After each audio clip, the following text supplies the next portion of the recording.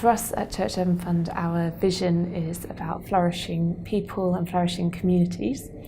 And so when we're thinking about tax policy, some of the issues underlying that we're interested in would be to do with justice or fairness, I suppose.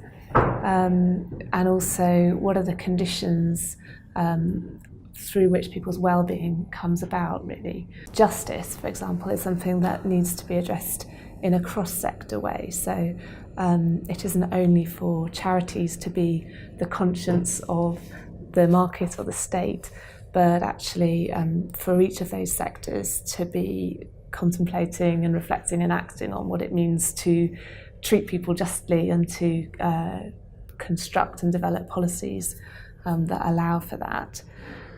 So that means that I think we wouldn't want to be thinking about tax policy in isolation from employment conditions and employment policy. For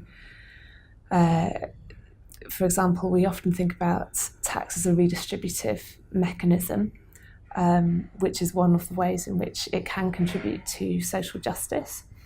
But also it's important, I think, to consider the way in which employment also contributes to the sharing out of economic growth. So I think the relationship between the tax system and employment conditions is really important when we're thinking about what does it mean for us to have a society in which we are moving towards the common good and looking at how we can all flourish together rather than some people flourishing at the expense of others. Another aspect that's really important to consider is geography, actually. And there is a risk if we become preoccupied with a purely economic analysis in relation to tax, that we neglect the significance of place and of community.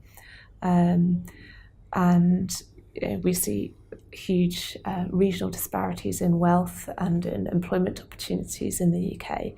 And so when we're thinking about responsible tax policy, I think we also need to be giving consideration to what incentives or policy mechanisms are required to essentially have a fairer distribution of wealth and economic prosperity around the country as well.